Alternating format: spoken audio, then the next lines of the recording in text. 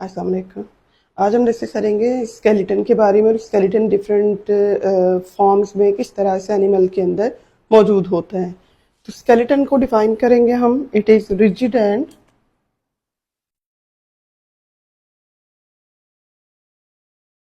Rigid होता है, mostly hard framework होता है,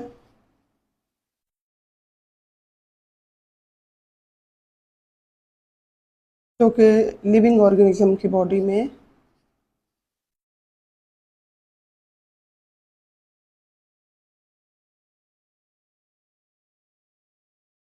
लिविंग ऑर्गेनिजम्स बॉडी काम इसका क्या होगा, इसने प्रोवाइड करना है, यानी इस रिजिड और हार्ड जो है फ्रेमवर्क ने, यानी एक ऐसे अंदर जो है स्ट्रक्चर है, एक ऐसा अंदर जो है मटेरियल है, ये बोन की सूरत में हो सकता है, एंडोस्केलेटन की फॉर्म में, या ये बॉडी के ऊपर हो सकता है एक्सोस्केलेटन की फॉर्म में। तो इसका काम जो है ना वो क्या होगा, इस हार्ड फ्रेमवर्क ने बॉडी को जो है वो शेप देनी होगी, उसको सपोर्ट देनी होगी, उसको प्रोटेक्शन जो है ना वो देनी होगी। अब इससे फंक्शन आ जाते हैं, 3 डिफरेंट फंक्शन ये परफॉर्म करते हैं स्केलेटन।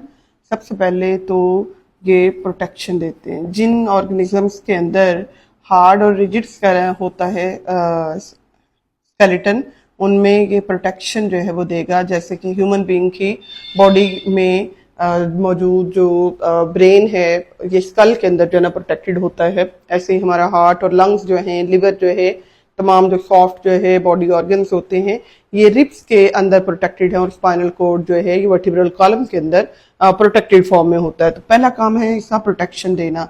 दूसरा काम है इसका सपोर्ट देना। लिविंग ऑर्गेनिज्म की बॉडी को जो है वो सपोर्ट देता है ताकि वो मूव कर सके। और तीसरा काम इसका क्या होता है, ये शेप देता है। आप इमेजिन करें कि अगर ह्यूमन बीइंग की बॉडी के अंदर से सारी जो बोन्स हैं उनको निकाल लिया जाए, जो स्केलेटन है, जो ढांचा है अंदर, उसको निकाल लिया जाए, तो पीछे क्या बचेगा, चंद जो है मसल्स जो है ना बचेंगे, जो एक बस बोटियों का एक लोथड़ा सा जो है ना वो रह जाएगा। तो एनिमल्स को शेप देने के लिए क्या चीज मौजूद होती है, उनके अंदर स्केलेटन मौजूद होता है। ये तो थे जनरल जो है स्केलेटन के फंक्शन के। हार्ड और रिजिड फॉर्म में एक फ्रेमवर्क होता है जो बॉडी को, लिविंग ऑर्गेनिज्म की बॉडी को मेंटेन रखता है, उसकी शेप को मेंटेन रखता है, प्रोटेक्शन देता है, सपोर्ट प्रोवाइड करता है। अब जो स्केलेटन होता है इसकी 3 डिफरेंट फॉर्म होती हैं। एक हाइड्रोस्टैटिक स्केलेटन है, ये हार्ड तो नहीं होगा, ये उन तमाम ऑर्गेनिज्म है जिनके अंदर कोई हार्ड स्ट्रक्चर नहीं होगी। जो सॉफ्ट बॉडीड होते हैं उनके अंदर स्केलेटन की फॉर्म होती है हाइड्रोस्टैटिक स्केलेटन। इसमें वर्ड हाइड्रोस्टैटिक जो है स्केलेटन, ये रिप्रेजेंट करता है प्रेजेंस ऑफ वाटर को। वाटर जो है वो होगा, और ये वाटर फील्ड होता है किसके अंदर, कैविटी के अंदर, बॉडी कैविटी में। तो बॉडी कैविटी या जो सीलोम होगी, सीलोम क्या होती है, फ्लूइड फिल्ड होती है। तो ये वाटर जो ना भरा हुआ है इस कैविटी के अंदर, सीलोम के अंदर, और इसके इर्द गिर्द क्या होंगे, मसल्स होंगे। ये मसल्स जो है जब प्रेशर पुट करते हैं सीलोम के ऊपर, बॉडी कैविटी के ऊपर, तो इस कैविटी में भरा हुआ जो पानी है, इमेजिन करिए कि यहाँ पे पानी जो है ना वो भरा हुआ है, खाली जो है ना वो जगह है, इर्द गिर्द जो है ना वो क्या है, मसल्स है।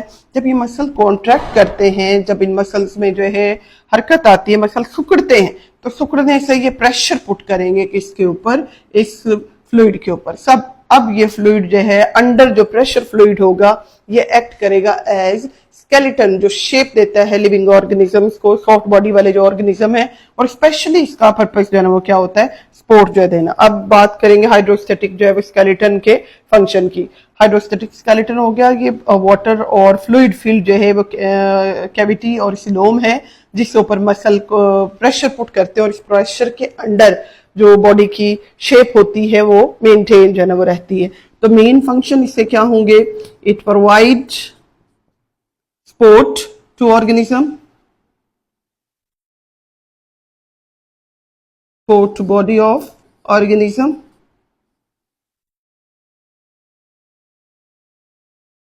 और सेकेंड फंक्शन इसका क्या है, ये रेजिस्टेंस देता है। ये हमने फंक्शन लिया है ओवरऑल जो है तमाम जो टाइप के जो स्केलेटन है, चाहे वो हाइड्रोस्टेटिक हो, चाहे वो एंडोस्केलेटन हो, चाहे वो एक्सोस्केलेटन हो, ये फंक्शन उन सबके हैं, जबकि ये फंक्शन हमारे पास हाइड्रोस्टेटिक जो है वो स्केलेटन के हैं कि एक तो इसका काम क्या है, बॉडी सॉफ्ट बॉडी जो ऑर्गेनिज्म है उनकी बॉडी को जो है ना सपोर्ट देना, दूसरा जो है ना वो रेजिस्टेंस जो है ना वो प्रोवाइड करना है, ताकि जो एक्सटर्नल जो प्रेशर होगा, एक्सटर्नल जो इन्वायरमेंट है उसके जो इफेक्ट है, उस प्रेशर की वजह से शेप इसकी डिसमिस ना हो जाए। एक्सटर्नल प्रेशर से रेजिस्टेंस जो है वो प्रोवाइड करना है इस हाइड्रोस्टेटिक जो है स्केलेटन ने। हम इसमें कह सकते हैं थर्ड फंक्शन इसका क्या होगा, ये शेप भी मेंटेन, ऑर्गेनिज्म की जो शेप होती है इसकी मेंटेनेंस जो है ये भी कौन कर रहा है, ये भी स्केलेटन ही कर रहा है, हाइड्रोस्टेटिक स्केलेटन कर रहा है। अब हमारे पास जो है वो आगे हम एग्जांपल जो है ना वो ले लेते हैं। एग्जांपल कौन कौन सी लेंगे हम, इसमें दो हमारे पास जो है ना वो एग्जांपल है। फर्स्ट एग्जांपल हम लेंगे सी एनीमोन की। सी एनीमोन जो है इस सॉफ्ट बॉडी जो है वो ऑर्गेनिज्म है, इक्वेटिक एनवायरनमेंट में पाया जाता है। इसकी बॉडी जो है ना वो कुछ इस तरह से जो है ना वो रेंज होती है, सर्कुलर फॉर्म में इसके इर्द गिर्द जो है वो यूं मसल जो है ना वो होते हैं, और जबकि यहाँ इसका जो ना माउथ होता है और माउथ के इर्द गिर्द जो है वो क्या है, यहाँ पे टेंटिकल्स जो ना मौजूद होते हैं। अब जब इसके अंदर ओपन माउथ से जो है वाटर जो ना वो एंटर हो जाता है तो क्या होता है, ये जो इसके टेंटिकल्स हैं और माउथ है ये बंद हो जाता है। वाटर की एंट्री के बाद पानी इसके अंदर जो है ना वो आ चुका, पानी जो है जब इसी बॉडी के अंदर दाखिल हो जाएगा, ये बॉडी इस कैविटी इसकी जो है ये एक्ट कर रही है सिलोम, ये आगे इसकी सिलोम। तो इसके अंदर अब जो ये पानी भर चुका है ये क्या बनाएगा, सिलोमिक फ्लूइड बना देगा। सिलोमिक फ्लूइड फिल हो चुका है किसके अंदर, सिलोम के अंदर। सिलोमिक फ्लूइड के कहाँ प्रेजेंट है, सिलोम के अंदर और बॉडी कैविटी के अंदर ये मौजूद है। और इस सिलोमिक फ्लूइड जो कि सिलोम में प्रेजेंट है, इसके इर्द गिर्द सारे क्या पड़े हुए हैं, सर्कुलर मसल। यानी यहाँ पे एक चीज आएगी सिलोम बॉडी कैविटी, दूसरा उसके अंदर भरा हुआ फ्लूइड जिसको सिलोमिक फ्लूइड जो है ना वो कहेंगे। और सिलोमिक फ्लूइड के अंदर जो वाटर आ रहा है माउथ के थ्रू जब एंटर हो जाएगा तो डेफिनेटली ये बढ़ता चला जाता है, यहीं से इसकी एग्जिट भी होती है वाटर से माउथ से ही। अब माउथ जब बंद हो जाता है, इसका मुंह जब इसका बंद हो जाएगा तो ये जो इर्द गिर्द वाले इसके पड़े हुए हैं मसल जो कि सर्कल की सूरत में, सर्कल्स हैं किसके, मसल्स के। अब ये सर्कल जो है मसल्स के, ये इसके ऊपर क्या करेंगे, प्रेशर पुट करेंगे, put pressure on coelomic fluid.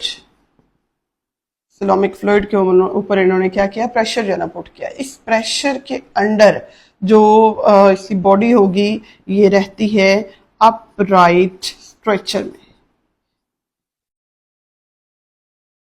यानी बॉडी की जो शेप है, बॉडी की जो फॉर्म है वो कौन मेंटेन कर रहा है, यही जो सिलोमिक फ्लूइड के ऊपर पड़ने वाला जो है प्रेशर है ये इसी बॉडी को मेंटेन जो है ना रखे हुए है। नेक्स्ट एग्जांपल हम जो है ना लेंगे अर्थवॉर्म की। अर्थवॉर्म के अंदर भी इसी तरह का जो है पाया जाता है हाइड्रोस्टेटिक स्केलेटन, लेकिन इसके बॉडी के अंदर क्या बने होते हैं, इसी बॉडी के अंदर जो है कत्ते जो है वो बने होते हैं, इसी बॉडी के अंदर जो है सेगमेंट जो है बने होंगे, ये सेगमेंटेड इसी बॉडी होगी। तो हर जो सेगमेंट है इसके अंदर दो तरह के क्या होंगे, मसल्स होंगे। वो मसल जो यानी अगर इसको हम अगर एक सिर्फ कता जो है ले लें, एक सेगमेंट जो है वो ले लें, तो एक सेगमेंट जो है इसकी फॉर्म हम यूं इसमें जो है वो लेंगे, एक सेगमेंट और उससे अगला सेगमेंट। सेगमेंट को एक दूसरे से अलग करने के लिए यहाँ पे क्या आ रहा होता है, इनके दरमियान में आ रहा होता है एक पर्दा, इसको कहा जाता है सेप्टा। यानी इसके तमाम जो सेगमेंट्स हैं वो एक दूसरे से अलग अलग हैं। तो सेगमेंट को, एक सेगमेंट को दूसरे सेगमेंट से अलग करने के लिए दरमियान में क्या आ गया, मेम्ब्रेन आ गया, एक पर्दा आ गया, क्या कहेंगे इसको, सेप्टा जो है वो कहेंगे। अब सेप्टा के अंदर अगर हम बात करें तो सेगमेंट में दो तरह के मसल पड़े हुए हैं। वो मसल जो लंबाई के रुख हैं, यूं जो लंबाई के रुख होंगे मसल, इसमें इनको लॉन्गिट्यूडिनल मसल कहते हैं। और वो मसल जो यहाँ गोलाई में पड़े हुए हैं, सर्कल की सूरत में पड़े हुए हैं, ये कहलाएंगे सर्कुलर मसल। तो हर सेगमेंट के अंदर दो तरह तो इसमें जो लंबाई के रुख मसल होंगे, इन मसल्स को कहेंगे लॉन्गिट्यूडिनल मसल, यानी इस तरह से लंबाई में जो होंगे ये होंगे लॉन्गिट्यूडिनल मसल्स, जबकि जो ये इस तरह से गोलाई में होंगे ये मसल कहलाएंगे सर्कुलर मसल। तो ये दो तरह के मसल हो गए। अंदर इसके भी क्या है, सिलोमिक फ्लूइड है और उसमें भरा हुआ सिलोमिक फ्लूइड है जो कि भरा हुआ है किसके अंदर, सिलोम के अंदर। इसमें भी बॉडी कैविटी है। सो इस बॉडी कैविटी के अंदर जो पड़ा हुआ फ्लूइड है, इस फ्लूइड के ऊपर यानी सारे ये होंगे, तो ऐसे ही ना सारे ही जन्म मसल होंगे यूँ। तो ये सर्कुलर मसल आ गए, ये वाले लॉन्गिट्यूडिनल मसल आ गए। अब ये मसल्स में जब सर्कुलर मसल यानी गोलाई वाले जो मसल्स हैं, जब ये मसल्स कॉन्ट्रैक्ट करते हैं, जब ये सिकुड़ते हैं,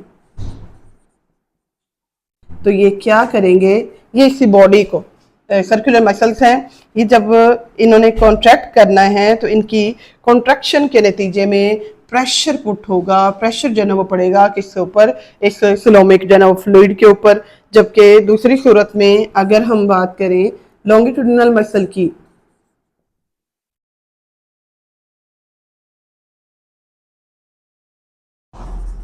जब ये कॉन्ट्रैक्ट करेंगे